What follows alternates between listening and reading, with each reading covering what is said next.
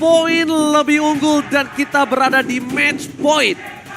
Dan kita melihat juga RRQ, sosok langganan upper bracket yang benar-benar sedang kesulitan dan bahkan harus mengejar 1 poin untuk menyamakan keadaan.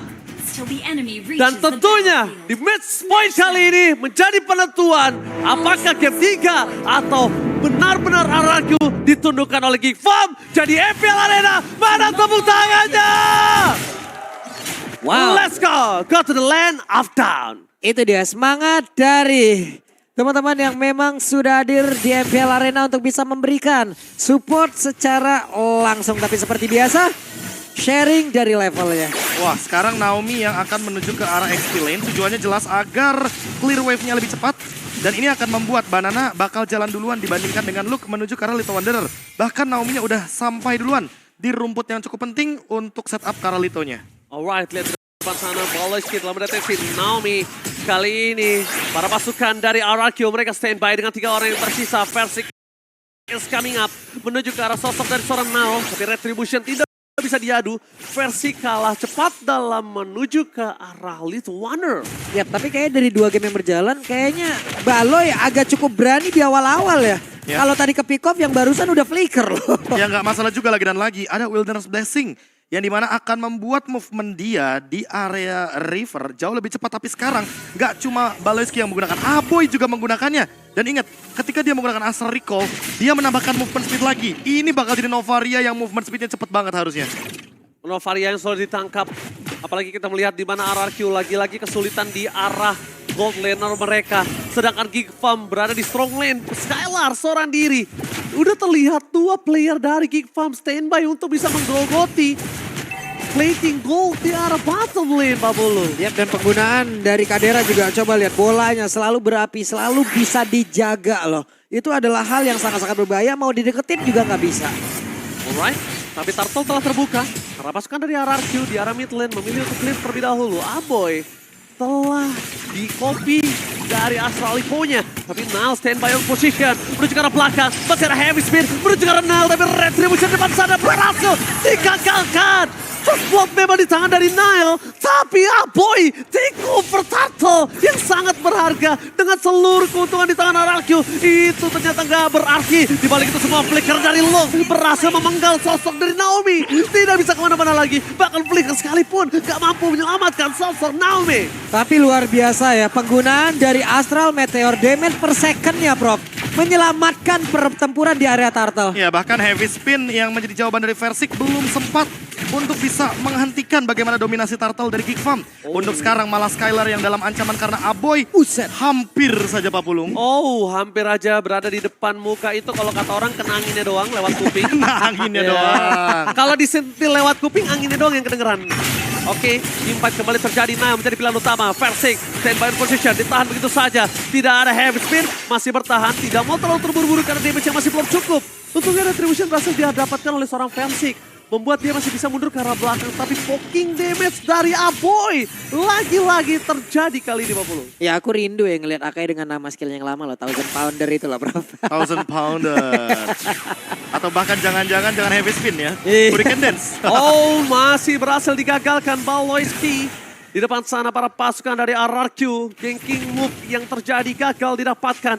Bahkan mereka melihat adanya rotasi dari Aboy. Udah terdeteksi, tidak ada heavy speed. Terperangkap, Clay gak bisa bertahan bersama dengan Banana is coming. Menuju ke arah belakang, round dari misterius dan Skylar. Berhasil mendapatkan 1 mobile kill dari Baloyski. Tapi Kadera masih mendominasi di arah gold lane mereka.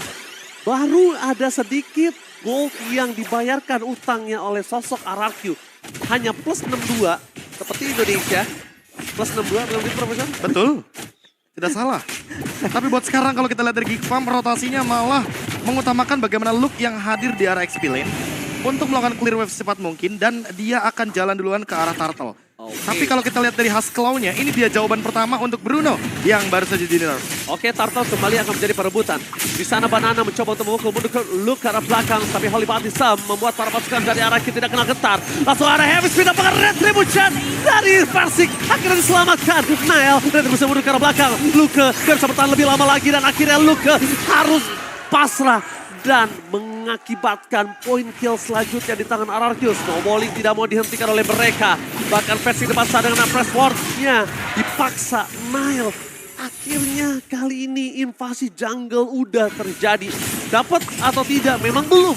Tapi akhirnya Nile berhasil diberhentikan nih Pak Bulung. Yap, akhirnya ada tekanan yang memang benar-benar begitu berarti yang dilakukan oleh pemain dari RRQ ya. Mereka tadi udah berhasil, mereka udah berhasil kontes lagi terhadap 2 turtle walaupun 1 kali berhasil, 1 kali gagal.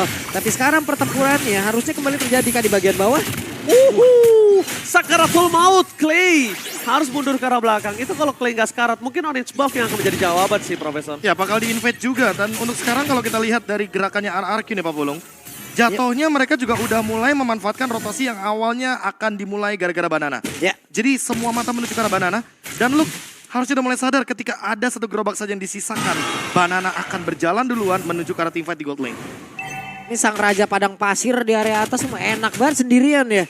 Dia punya kusir, dia bisa mobilitas tinggi banget tapi di bawah. Oke, flicker dari Poloski. Membalikan keadaan Skylar masih bisa bertahan tapi lihat sana Raur. Dan pria misterius menuju ke Candera. Protection begitu saja. Poloski menjadi poin kedua. Para pasukan dari RRQ.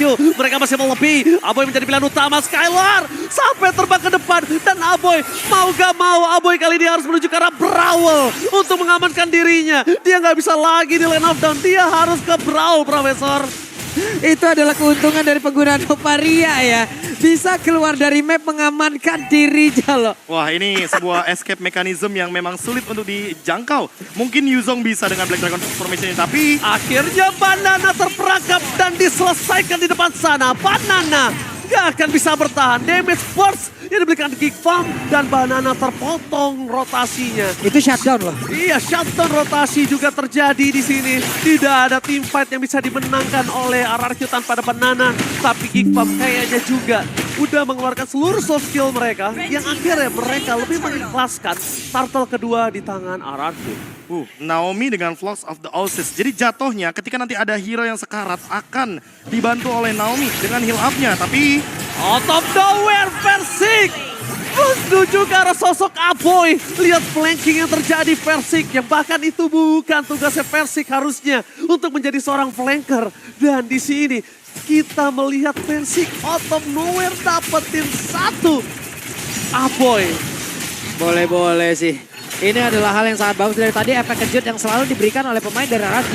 Kebanyakan berhasil ya Prof ya? Iya. Kebanyakan berhasil. Kebanyakan berhasil, tapi kalau kita melihat tadi ada game fact yang tentunya muncul, ada 43.000 minion dan masih still counting sampai sekarang.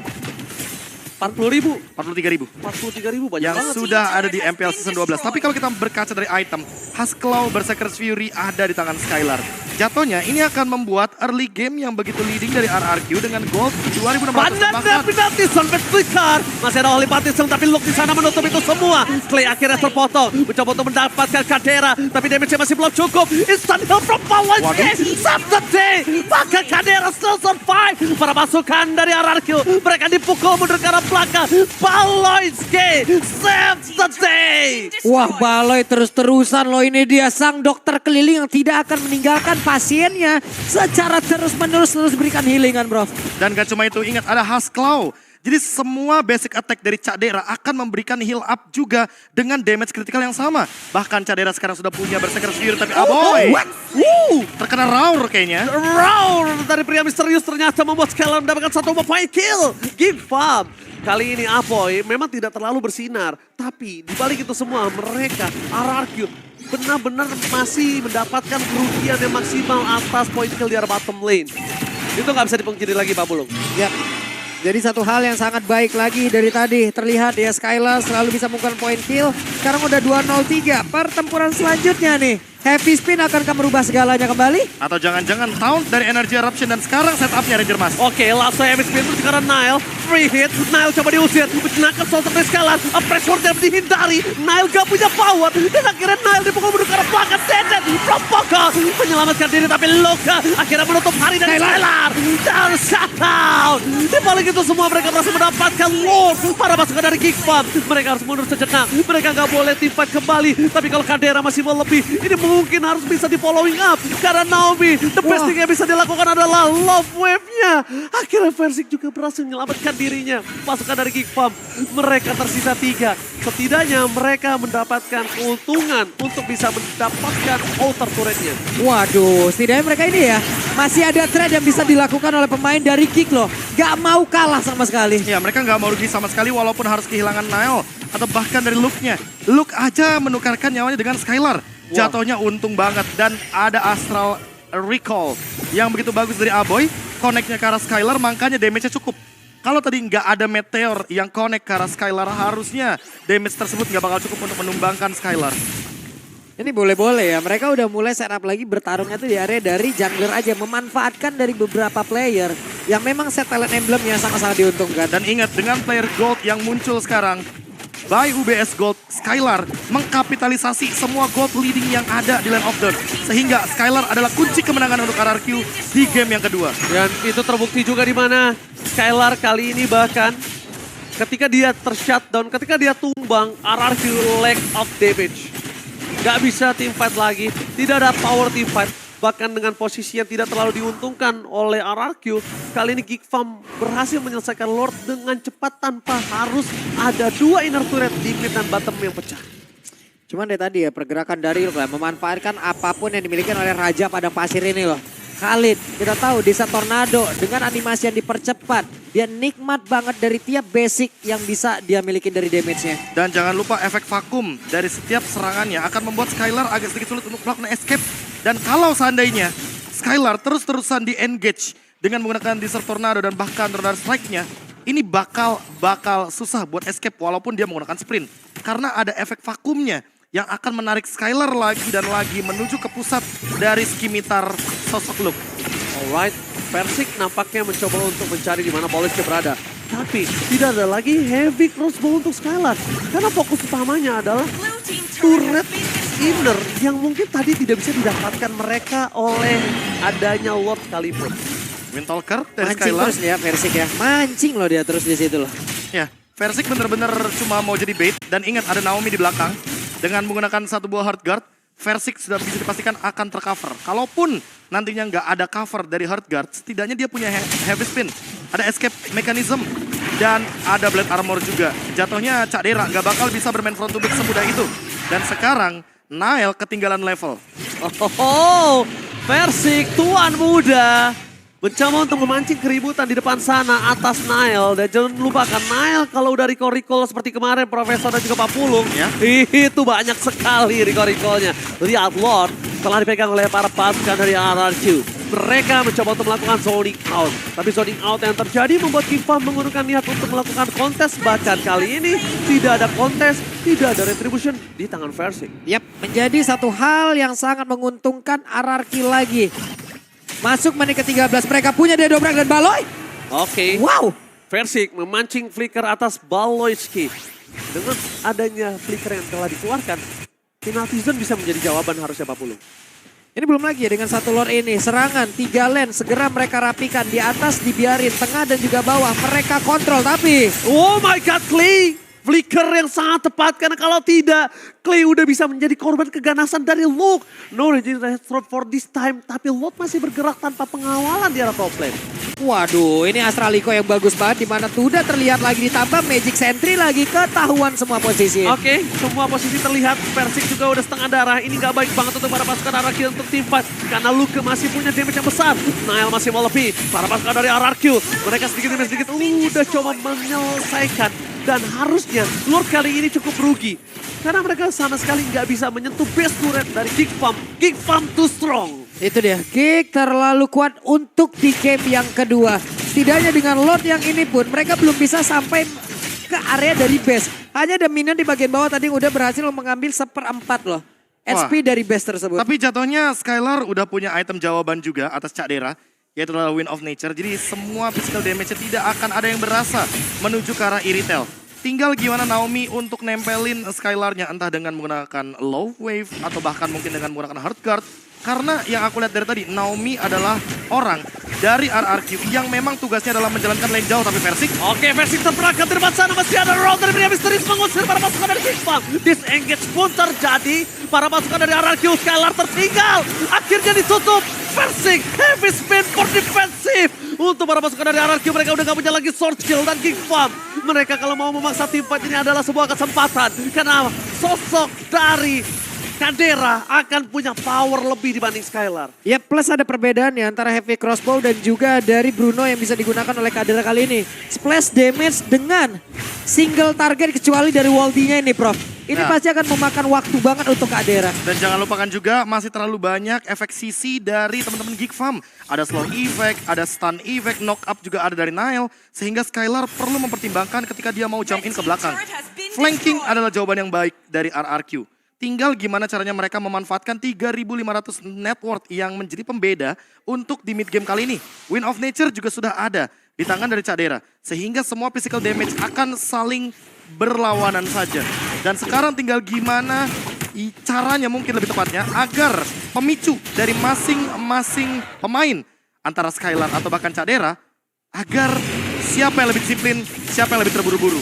Oke, Clay terperangkap. Flicker Flicker telah lagi. dikeluarkan. Informasi yang sangat mahal didapatkan Geek Farm. Aboy bahkan tidak tersentuh kali ini di arah backline. Pressure-nya benar-benar menakutkan. Belum ada informasi di mana keberadaan dari Skylar. Tapi Aboy akhirnya mendeteksi itu. Di rumput di depan sana, masih ada body block dari Banana. Kalau tidak ada Skylar, itu udah dipastikan udah seperempat darah Pak Pulung. Yap, dan mereka pemain Geek Farm juga harus memikirkan jangan sampai out of position. Karena dari tadi Angela masuk ke dalam tubuh dari Skylar. Lane of Dawn kelar semuanya. Oke, Lane of Dawn kelar, Holy Button bisa dikeluarkan dan pakai passing di sana. Menangkap Nile, itu hanya jebakan. Tapi ternyata dia bisa diberikan, adu retri bisa terjadi. Nile berhasil take over, berhasil mendapatkan Lordnya. Tapi Nile ter-take down. Para pasukan dari RRQ mereka tidak mau pertukaran yang tidak adil. Mereka masih mau mendapatkan satu buah point kill. Mereka mau pulang dengan buah tangan dan menuju ke arah mid lane. Para pasukan dari Geek Farm menuju ke arah detik 41, Lord telah muncul. Harusnya Lord bergerak menuju ke arah bottom lane yang dipegang RRQ kali ini. Udah bisa diselesaikan dengan cepat. Kalau enggak, kerugian di tangan RRQ karena 3 lane mereka terdorong dengan maksimal oleh Geek Farm. Nafas tambahan dan heavy spin tadi sepertinya yang terburu-buru kah Prof? Atau seperti apa Timingnya Prof? pas sih, timingnya pas. Tapi emang damage deal-nya agak sedikit berbeda karena badannya jump in ke belakang. Jadi lini belakang dari Geek Farm memang gak ada damage. Tapi Versiknya juga nggak cukup untuk membendung Nile secepat itu. Dan memang Skylar targetnya ke belakang. Jadi memang ada dua Skylar hal yang berbeda. terperangkap. Masih ada hard cut. Luke gagal mendapatkan Skylar. Lihat mereka bahkan harus menggunakan flicker. Luke terperangkap. Hilang begitu saja. Roar dari pria misterius membalikan kembali keadaannya. Tapi dibalik itu semua para pasukan dari RRQ. Mereka terlalu jauh untuk menggapai sosok Geek Farm. Bahkan laning yang terdorong di 3 lane yang berbeda. Bakal coba mereka manajemen terlebih dahulu Geek Farm. Untungnya masih ada Aboy. Masih ada poking damage dan masih ada Aboy di sana. Kalau nggak ada Aboy ini bakal sulit banget. Nile jangan sampai terperangkap. Nile nggak boleh sedikit pun offside. Kadera, sumber deal damage mereka cuma single target, Pak Pulung. Yap, cuman ini gimana ya? Ada satu miss momentum lagi. Tapi miss momentum yang diciptakan oleh pemain Geek ini berawal dari RRQ yang bagus banget Naomi-nya loh. Ya, apalagi dengan heal up dari satu buah low wave yang begitu cepat dan Skylar jadi terselamatkan. Oke, terselamatkan dan bahkan mendapatkan sosok dari Best Turret. Ini benar-benar jadi keuntungan RRQ. Ini di tengah sendiri, mereka masih berani loh. Geek belum, Geek gak ada takutnya. Mereka kehilangan satu best turret, tapi mereka masih ingin berantem. Ayo sok, level udah sama-sama 15 ya udah. Ada kesetaraan di sini, hanya tinggal bagaimana setupnya saja lagi loh. Ya, karena heal up yang diberikan dari Baloyski benar-benar berpengaruh untuk 3 pemain sekaligus. Dan bahkan satu tim sekaligus, jangan lupakan itu. Tapi Baloyski dari tadi benar-benar susah banget untuk ditangkap hingga pada akhirnya dia terkena rantai dari penalty zone. Dan Banana benar-benar menjadi kunci dari gameplay RRQ. Kalau Banananya tidak mendapatkan penalty zone yang optimal, sudah bisa dipastikan Geek Farm akan lebih bebas. Tapi kalau sebaliknya, Geek Farm tertangkap 2 atau 3 pemain oleh Banana, ini akan menjadi sebuah setup initiation yang begitu mahal. Dan RRQ, mereka sudah build up pelan-pelan menuju ke arah immortality. Banana juga udah punya Athena Shield. Jatuhnya sekarang Baloyski. Oke, bahkan flicker telah digunakan. Masih ada Astraliko, masih mau lebih. Para pasukan dari RRQ kali ini udah ada informasi didapatkan. No sprint, no heavy crossbow, no hard cut. Pertukaran di arah Lord bisa diuntungkan para pasukan dari Geek Farm. Ingat, Baloyski cuma kehilangan dari flickernya. Memang dia bukan hero untuk bisa ngebuka. Dan sekarang Baloyski masih bertengger di depan sana, masih sangat kuat. Nahel, dia nggak kenal gentar. Lihat, Nahel bahkan nggak takut sama sekali oleh para pasukan dari RRQ. Mereka menuju ke arah belakang penalti zone yang gagal. Kadera free hit, Luka memfollow yang tangan saja dengan Regis Sestrom. Sekali lagi, free hit dari belakang, knockout, Regis Sestrom Meswell. Masih ada Hangar, Skalar hilang, ini bencana.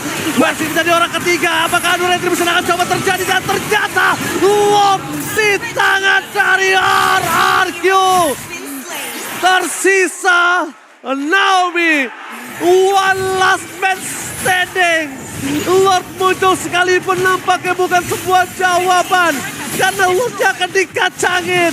Base terbuka sangat besar. Ini bencana. Kick Bomb, sang pengejar upper bracket ingin menurunkan RRQ dari langganan upper bracket. This is it, sang kuda hitam, Kick Bomb Heidi. Satu pintu mulai terbuka.